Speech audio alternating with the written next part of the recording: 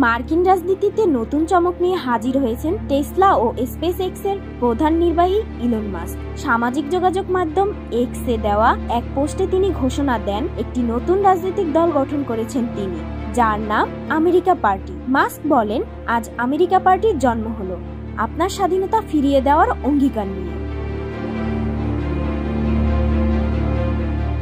এই ঘোষণার পেছনে রয়েছে জনমতের শক্তি। মাস্কের চালানো এক অনলাইন জরিপে প্রায় 12 লাখ মানুষ অংশ নেন, যার মধ্যে 2/3 মনে করেন যুক্তরাষ্ট্রে একটি নতুন রাজনৈতিক দলের প্রয়োজন রয়েছে।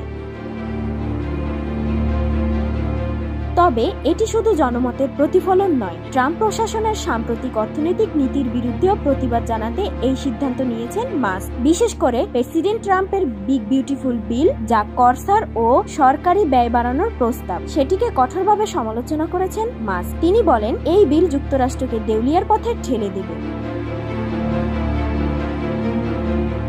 এই রাজনৈতিক দ্বন্দ্বের প্রভাব পড়েছে অর্থনীতিতেও। ট্রাম্পের সঙ্গে সম্পর্ক খারাপ হওয়ার পর টেসলার শেয়ারের দামও পড়ে গেছে উল্লেখযোগ্য হারে।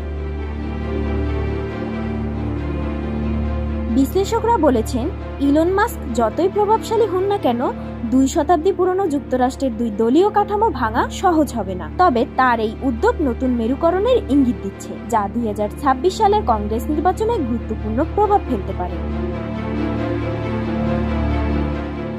Tanzila Ummi Sarika, the Time lab.